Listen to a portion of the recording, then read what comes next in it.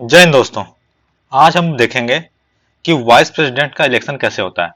Recently हमने देखा कि जो जगदीप धनखड़ जी हैं वो हमारे नए राष्ट्रपति चुने गए हैं और वो भारत के 16वें उपराष्ट्रपति चुने गए हैं। ठीक है, तो हम देख लेते हैं इनके इलेक्शन की प्रोसेस कैसे होती है।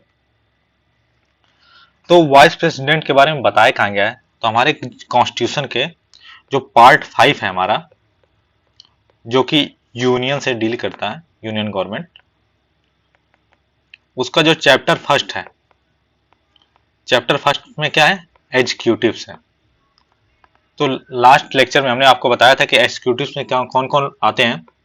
तो प्रेसिडेंट हमारे आते हैं, vice president, PM, council of ministers and attorney general. तो ये हमने बताया था कि एग्जीक्यूटिव्स के ये पार्ट होते हैं। और जो पर्टिकुलरली जो वाइस प्रेसिडेंट है उनके बारे में आर्टिकल 63 से लेकर 73 के बीच में बताया गया है। तो आर्टिकल 63 हमें बताता है कि there shall be a vice president of India. ठीक है।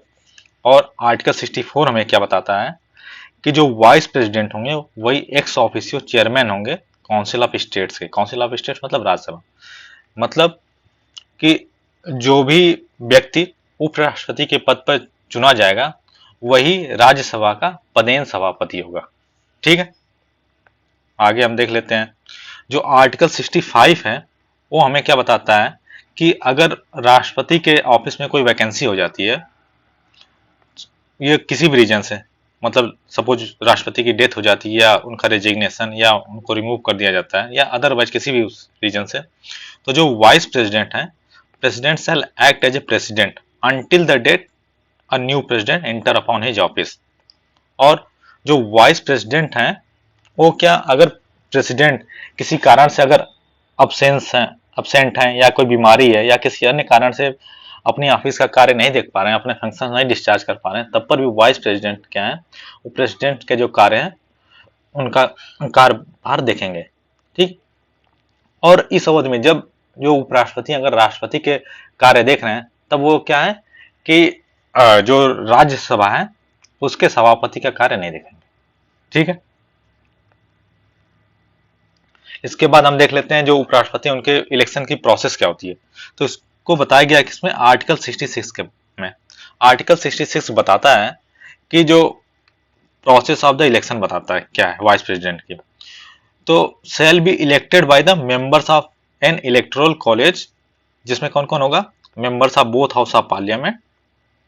और उसमें क्या होगा, उनका प्रोपोर्शनल रिप्रेजेंटेशन होगा by means of single transferable vote, और ये सीक्रेट बैलेट के थ्रू होगा। मतलब क्या कि दोनों जो हाउस है, लोकसभा और राज्यसभा, तो इसके जो सारे मेंबर्स होंगे वही सिर्फ वो उपराष्ट्रपति के चुनाव में वोट करेंगे।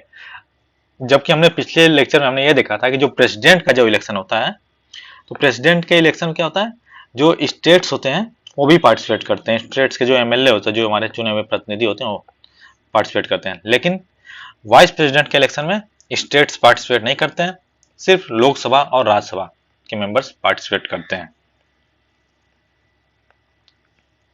और क्या, जो भी इलेक्टर होता है जो वाइस प्रेसिडेंट के इलेक्शन में वोट देने जाता है, उनको अपनी प्रेफरेंस मार्क करनी पड़ती है जो कैंडिडेट्स का नाम होता है उसके सामने। और वो जितने प्रेफरेंस है, जितने कैंडिडेट्स हैं उतने प्रेफरेंस दे सकते हैं। और इलेक्शन कमीशन ये भी बताता है कि आपका जो बैलेट पेपर है, ये मतलब हमने देखा था पिछले लेक्चर में कि ये अभी जो इलेक्शन होता है उपराष्ट्रपति राष्ट्रपति का, बैलेट पेपर के थ्रू होता है। तो बैलेट पेपर में कम से कम पहली प्रेफरेंस देना आवश्यक है, नहीं तो आपका जो बैलेट पेपर है वो क्या, इनवैलिड हो जाएगा। ठीक है। तो इसमें देखिए होता क्या है कि सपोज जैसे तीन कैंडिडेट हैं, ए, बी, सी। अब कोई इलेक्टर अगर उसे प्रेफरेंस वोट देना है तो क्या करेगा, वो प्रेफरेंस देगा। सपोज ए को उसने 1 दे दिया, बी को 3 दे दिया, सी को 2 दे दिया, तो ऐसे उसको प्रेफरेंस देनी होगी। लेकिन कम से कम किसी न किसी एक कैंडिडेट को एक प्रेफरेंस देनी ही पड़ेगी। ठीक है। इसके बाद हम देख लेते हैं जो election commission of India election कराता है तो उसको पावर कहाँ से मिलती है वाइस प्रेसिडेंट का या प्रेसिडेंट का इलेक्शन कराने की। तो प्रेसिडेंट या वाइस प्रेसिडेंट का इलेक्शन कराने की पावर इसको 3 एक्ट से मिलती है। एक जो presidential and vice presidential election act है 1952 का, इसके अलावा जो presidential and vice presidential election rules है 1974 का, और जो हमारा आर्टिकल 324 है कॉन्स्टिट्यूशन का, उसके थ्रू। तो इन तीनों का यूज करके हमारा जो इलेक्शन कमीशन ऑफ इंडिया है वो ऑथराइज है वाइस प्रेसिडेंट प्रेसिडेंट का इलेक्शन कराने के लिए। ठीक है, इसके बाद हम देखते हैं कि जो कैंडिडेट होगा उसका नॉमिनेशन कैसे होगा। तो लास्ट लेक्चर में हमने देखा था कि जो प्रेसिडेंट होते हैं उनके नॉमिनेशन के लिए क्या कम से कम 50 मेंबर चाहिए होते थे प्रपोजर्स के रूप में, और 50 चाहिए होते थे सेकेंडर्स के रूप में। लेकिन वाइस प्रेसिडेंट के इलेक्शन में क्या होना चाहिए, कम से कम 20 मेंबर चाहिए होते हैं प्रपोजर्स के रूप में, और 20 मेंबर चाहिए होते हैं सेकेंडर्स के रूप में। ये क्या हो सकते हैं, किसी भी हाउस हो सकते हैं, जैसे प्रेसिडेंट के इलेक्शन से, चाहे लोकसभा से, चाहे राज्यसभा से, चाहे दोनों से मिला के। और प्रपोजर्स कौन होते हैं, जो कैंडिडेट का नाम प्रपोज करते हैं। अगर किसी व्यक्ति को चुनाव लड़ना है उपराष्ट्रपति का, तो उसका नाम वो स्वयं ही नहीं दे प्रपोज कर सकता, उसको प्रपोज करने वाले सांसद चाहिए, जो कि लोकसभा या राज्यसभा किसी भी हाउस से हो सकते हैं। और 20 उसके नाम को सपोर्ट करने वाले होने चाहिए, जिनको सेकेंडर्स बोलते हैं।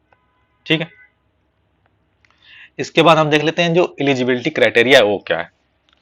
तो कॉन्स्टिट्यूशन में बता रखा है कि वाइस प्रेसिडेंट क्या किसी भी हाउस का, चाहे लोकसभा का चाहे राज्यसभा का, या किसी भी जो स्टेट का लेजिस्लेचर होता है, जो विधानसभा होती है, उनमें किसी का भी मेंबर नहीं होना चाहिए।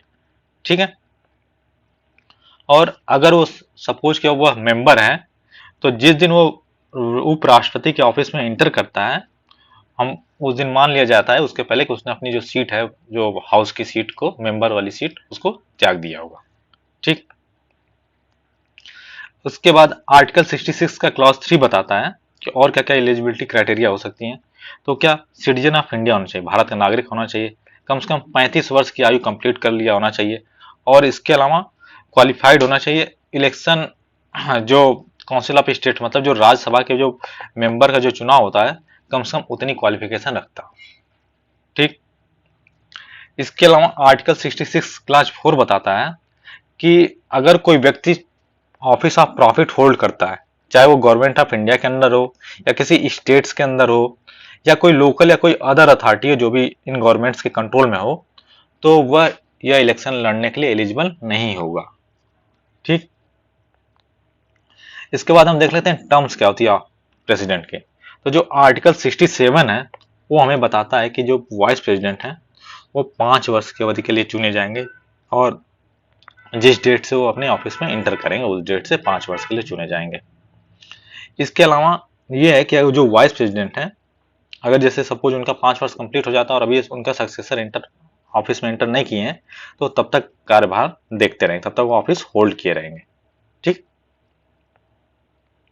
इसके अलावा आर्टिकल 67 और बताता है कि जो वाइस प्रेसिडेंट होंगे वो क्या ऑफिस छोड़ सकते हैं, रिजाइन कर सकते हैं प्रेसिडेंट को लेटर देके।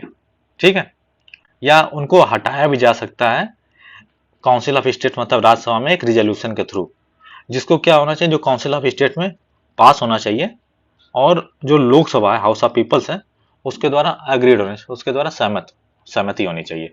ठीक है, लेकिन अगर कोई ऐसा रेजोल्यूशन पास होता है या होना है, तो उसके लिए कम से कम 14 दिन पूर्व की नोटिस दी जानी चाहिए। ठीक, इसके बाद देख लेते हैं अगर कोई डिस्प्यूट अराइज हो जाता है तब क्या। तो इसके बारे में भी आर्टिकल जो 71 है वो हमें बताता है कि कोई डिस्प्यूट जो कि प्रेसिडेंट या वाइस प्रेसिडेंट के इलेक्शन से रिलेटेड होगा, तो उसको क्या होगा, आर्टिकल 71 का क्लास 1 बताता है कि अगर इलेक्शन ऑफ प्रेसिडेंट और वाइस प्रेसिडेंट के इलेक्शन में जो भी डाउट्स और डिस्प्यूट्स होंगे, उसको इंक्वायर्ड और डिसाइड किसके द्वारा किया जाएगा, सुप्रीम कोर्ट के द्वारा, और सुप्रीम कोर्ट का डिसीजन क्या होगा, फाइनल होगा। ठीक है, तो ये इंपॉर्टेंट चीज है कि सुप्रीम कोर्ट का जो डिसीजन होगा वही फाइनल होगा। ठीक है, ना कि इलेक्शन कमीशन का। इसके बाद आर्टिकल 71 का क्लास 2 बताता है कि अगर कोई पर्सन जिसका इलेक्शन प्रेसिडेंट या वाइस प्रेसिडेंट के पद पर हो गया है, और सुप्रीम कोर्ट में उसके इलेक्शन को चैलेंज किया गया, और उसको सुप्रीम कोर्ट ने नल एंड वाइड घोषित कर दिया कि अच्छा ये इलेक्शन गलत था, नहीं हो, तो अगर उस पीरियड में उस व्यक्ति ने कोई एक्सरसाइज ऑफ परफॉर्मेंस, अगर कोई पावर या एक्सरसाइज अपनी ड्यूटी परफॉर्म करते हुए प्रेसिडेंट या वाइस प्रेसिडेंट के पोस्ट पे रहते हुए कोई कार्य किया है, तो वो जो कार्य होगा वो इनवैलिडेट नहीं होगा, सिर्फ इसलिए कि सुप्रीम कोर्ट ने ये उसके इलेक्शन को नल एंड वाइड घोषित कर दिया है। ठीक।